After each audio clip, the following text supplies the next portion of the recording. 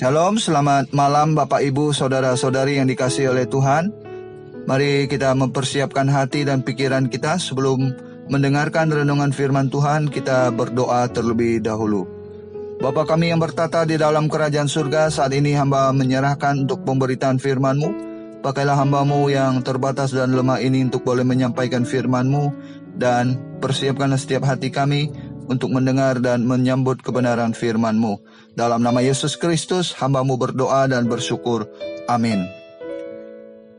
Bapak, Ibu, Saudara-saudari yang dikasihi oleh Tuhan, malam hari ini kita akan melanjutkan renungan firman Tuhan yang terdapat dalam Mazmur nomor 118 ayat 1-29. Judul renungan kita malam hari ini yaitu Kuat Hadapi Tekanan.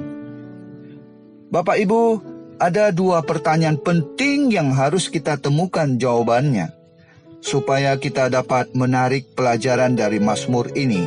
Yang pertama, siapakah tokoh yang meneriakan undangan bermazmur ini? Yang kedua, dalam situasi bagaimana dan kesempatan apa mazmur ini dikumandangkan? Pemazmur mengajak Israel, pemimpin rohani, semua umat yang takut akan Tuhan untuk memuji Tuhan. Dari kesaksian yang dipakainya dan undangan yang ia berikan, tampak bahwa ia pernah mengalami kesulitan besar. Ayat yang ke-5-9. Istilah-istilah yang pemazmur gunakan adalah istilah militer. Ayat 10-12. Pertolongan dari Tuhan yang pemazmur paparkan adalah sebagai bagian dari situasi peperangan yang pada akhirnya Tuhan meluputkannya. Keluputan yang pemazmur terima dari Tuhan juga merupakan kemenangan orang percaya. Ayat yang ke-13-18. Dari sini dapatlah kita tarik kesimpulan bahwa pemazmur sebagai orang yang berpengaruh luas hingga dapat menggerakkan seluruh umat dan para pemimpin rohani untuk menyembah Allah adalah seorang raja. Ia pernah terlibat dalam peperangan dahsyat dan mengalami kemenangan dalam kekuatan Tuhan. Ayat yang ke-14-15. Inti kebenaran teologis yang dialami oleh orang percaya terdapat dalam ayat yang ke-22-23. Kuat kuasa Allah memakai hal-hal yang disepelekan dan yang dipandang rendah oleh manusia.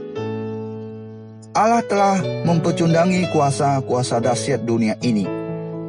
Melalui cara ini, keselamatan digenapi. Ayat 24-25. Tidak heran mazmur ini kemudian diartikan oleh Kristus sebagai nas yang berbicara tentang dirinya dan karyanya. Matius pasal 21 ayat 42. Melalui hal-hal yang dianggap kalah dan hina, Kristus telah menjadi pemenang atas maut dan menjadikan kita pemenang-pemenang di dalam Dia. Kristus sang pahlawan itu kini memimpin banyak orang untuk menjadi umat kepunyaan bagi Allah. Oleh sebab itu, jangan gentar dalam melewati hari-harimu, kuatlah dalam menghadapi tekanan hidup saat ini. Amin. Mari kita berdoa. Bapa kami yang bertata di dalam kerajaan surga, terima kasih untuk kebenaran firman-Mu.